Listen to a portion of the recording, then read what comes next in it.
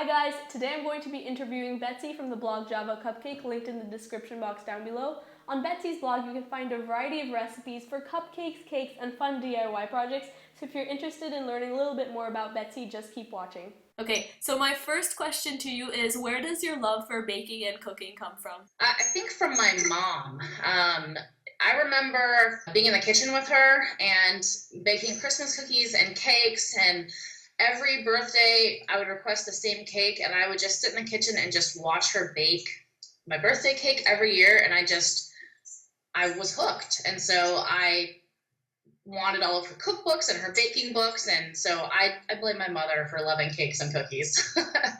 So on your blog you mainly show sweets, but would you like to also start showing other types of food, or?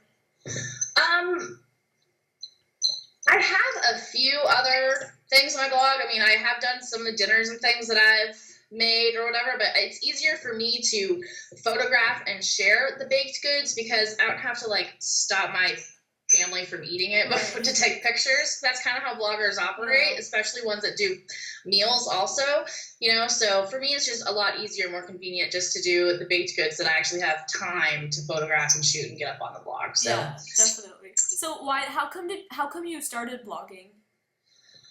Well, I began Java Cupcake in January of 2009. I was living in Seattle, and I was finishing up my degree, and I just had a little bit of time on my hands. My husband was getting ready to deploy to Iraq for the first time, and so I needed something to do, basically. I was reading the Cake Spy blog a lot, and so Jesse, the owner of that blog, really inspired me to kind of start baking more at home.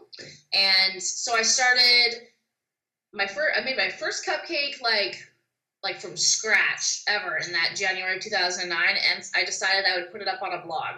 And then I started going to different bakeries around Western Washington, and I just started writing about it, and it just kind of grew from there. So yeah, so I guess I attribute Jessie of Cake Spy's blog. She really inspired me because she was doing the same kind of things, and I just wanted to just have something to fill my time, and it turned out to be one of the best decisions I ever made. It's cool that you've made this into like your career, but what you said you studied a degree, is that totally different from baking? Yeah, completely different. Yes, I went to the University of Washington and got a degree in self and society, which basically I study cultures and the way people interact with each other. And I wanted to do community organizing with that after I graduated, but I met my husband, and we moved to Germany, and it just never was an opportunity for me to really do anything with my career or with my degree.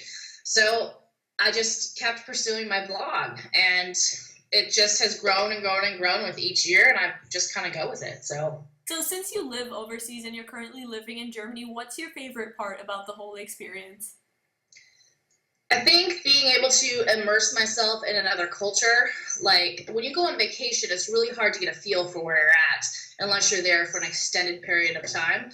And so I have loved that I have really been able to immerse myself in the German culture here, get to know my community and my neighbors, learn a little bit of the language, and taste the cuisine. So I made it a point to go to as many cupcake shops as I possibly can. I've gone in London and Paris and in the Czech Republic and Austria, and there's been several here in Germany. So I love that I've been able to, meet new people and make new connections living here because of cupcakes on my blog. It's been pretty amazing. So if you could pick one post or recipe from your blog, which one would be your favorite and why? I don't know if it's one particular post, but my favorite recipe of all time is my chocolate cake recipe, and I've used it in so many different ways, and I'm pretty sure I've perfected it, and I could probably eat that chocolate cake like every day if it was in my house. I would take a bite of it. It's just amazing.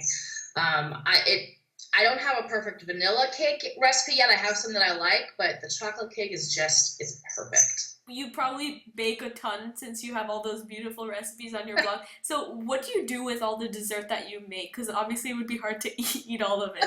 Great. Well, since my husband is in the Army, I do send a lot of the stuff to work with him. So the soldiers that he works with often enjoy cupcakes and cookies and leftover Rice Krispie treats and all those things. My neighbors have grown to know that when I ring their doorbell, that means that, Betsy's coming over with some extra cake or whatever. So the local Starbucks in town, the baristas down there, they're really good to me. So I bring them a lot of my extras. So I try and give them to everybody that I can and just share the love. It must be nice to live close to you. I think my neighbors think that I'm probably trying to make them fat, but that's not. I'm just sharing the love. So if you could only use one utensil in the kitchen, which one would it be and why? Probably my whisk, I think, because I find myself going to that all the time anyways when I'm making cake batters or making things. It just I think more so than a spatula, because if you've got lumps in your batter, I can always use the whisk to get everything out, and it makes everything smooth and perfect. So I think I would pick my whisk. Right, for me also, like I don't even use an electric mixer anymore. I just use the whisk because it's just a lot easier. I use my electric mixer. I just bought my second KitchenAid not too long ago, and I love my mixer, but I think that if I didn't have access to it, I would use the whisk all the time. Mm-hmm. So if you were stranded on a deserted island and you could only eat one type of dessert, which one would it be? Or any type of food in general? Well, I think if it was any type of food, it would probably be berries. I eat berries every single morning with my breakfast, and I cannot start my day without it. So I would have some kind of raspberries or blueberries or strawberries or any kind of berries. I love them. I couldn't live without them. So that's what I would eat. And I don't know if I would want to eat a dessert every day the rest of my life. I mean, when I make stuff, I usually try a bite or two, but I don't eat a lot of it. So I think I'll stick with berries. And what would you never touch? Mushrooms. Yeah. No, thank you. My husband loves them, but they're not for me. Well, what would you say are some of the highs and the lows of blogging? I think the best thing I love about blogging are the relationships that I have made along the way. I have met some pretty amazing people. Not only are they bloggers, but they're also readers of my blog, along with bakery owners and other cupcake makers. I've made so many connections, and since I've been in Germany, I can say I've made worldwide connections because now I know people all over the world, and I think those connections I've made are invaluable. I also love that Java Cupcake itself has become a little community. And people are writing me all the time asking questions about how to make certain recipes or advice on how to do things. And I love helping people bring joy to their families. So I love that I can do that for other people. And I think that's why I don't feel like I need to charge like for an ebook. Of course I'd love to write a cookbook, but I don't have any paid for things on my blog. You don't have to pay for anything because I just love to share the joy. As a part of the lows, I think, of blogging, I think it's worrying too much about all the back end stuff. Do I have enough page views, or how are my ads working, or, I didn't post enough this week. It gets kind of overwhelming. Sometimes I feel like you have to keep up with the rest of the bloggers in your industry in order to, maintain a certain, status, if you want to say, or a certain level of, blogging. That gets kind of frustrating. Right. I think one of the lows of living in Europe and being an American blogger is that a lot of the brand partnerships that I would like to make, they see that I live in Europe, but I'm an American and I have an American address, but they don't want to partner with somebody that's outside of the United States, even though most of my readers are in the United States. So it's been frustrating living out here and trying to grow my brand partnerships with when people don't want to think outside the box and, think of anybody outside the United States. That's been frustrating. Mm-hmm. But mainly everything's been positive. Who are some of your favorite chefs or bloggers or inspirations when it comes to cooking? Okay, so like I said, I love Jessie Olson of Cake Spy. She's pretty creative and outside the box, and she used to have a store in Seattle, and I would go visit her up there, and She was great. She was who helped me start blogging. But as of now, I think the people that inspire me are the bloggers who are really true and authentic to their own voice. So right now I'm really liking Amanda Retke of I Am Baker. We're like virtual friends. We've never met in real life. I hope to see her at a conference someday, but I really love the way that she speaks openly and freely on her blog, not just about the things that she's baking or the things that she's making, but about her life. And she doesn't let anybody, talk down to her. I don't know really how to say, but she's always just really positive, and no matter what the naysayers say, she really keeps it honest and keeps it real. Right. I love Make, Bake, Celebrate.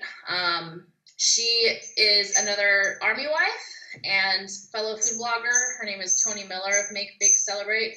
And her blog has really exploded too. She's so creative and so inspirational with her colors. She always has coordinating everything with her photographs. All the colors match, and I think it's gorgeous. Mm-hmm.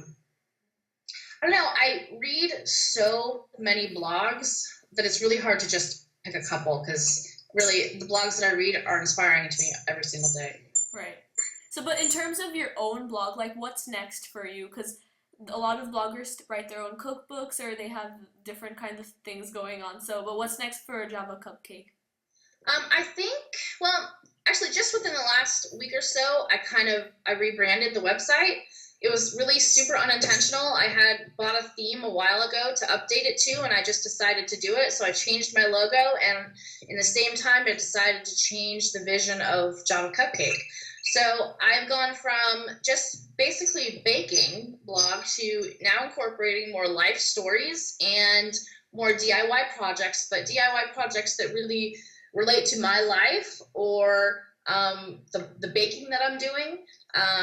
So I'm not just going to share a random DIY on my blog that doesn't really fit in anywhere, So I just recently did a home office makeover, and so I'm going to be sharing some of the little tips and tricks that I did to, kind of spruce up my office a little bit.